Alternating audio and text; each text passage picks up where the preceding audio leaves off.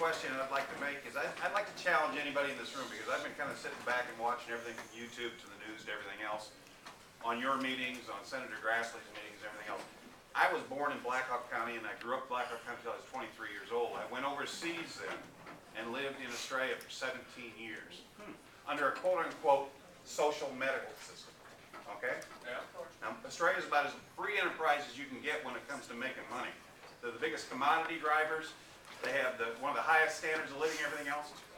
The question I've got for you is that basically, what is the GDP cost to this country right now for this healthcare? And the World Health Organization, and you can look at the statistics, I've got them right here. These aren't rubber numbers. You can look at them if you like. We're 37th in the world for quality of healthcare. The number 1, 2, 3, 4, 5, 6, 7, 8, 9, and 10, and I hate it when people put this political tag, socialist medicine. It's government-backed medicine.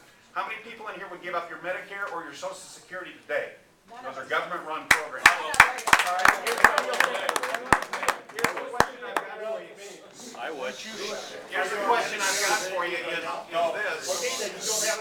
What is the impact of what is the GDP cost on this current system to this country right now? Right now, the GDP cost is about 16%.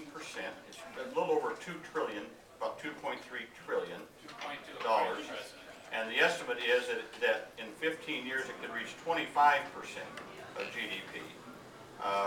It was 9% in 1980, 16% now, scheduled to go up to about 25%.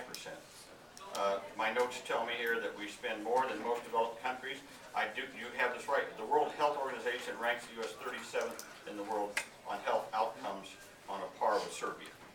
Australia spends 8.8% of their GDP. My wife had a condition called placenta previa when we were over there with our daughter. She wouldn't be here today if it wasn't for a social system, because it would have been considered a pre-existing problem. She was flat on her back with socialized, quote-unquote, medicine, working with the best specialist in the country for 3 solid months. It cost me 1.5% of my income tax to have her in that hospital and have my daughter healthy today. I got a follow-up question.